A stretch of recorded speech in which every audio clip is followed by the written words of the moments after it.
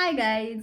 तर आज मी गेलेले होते स्टेशनरी दुकानामध्ये बरं काय, आणि तिथे मी पेन घेणार होते. पण स्टेशनरी दुकान म्हटल्यावर माझा पाय कुठे निघतोय तिथून.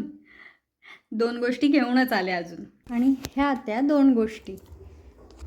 आज मी केलेलं आहे हे 3D आर्ट.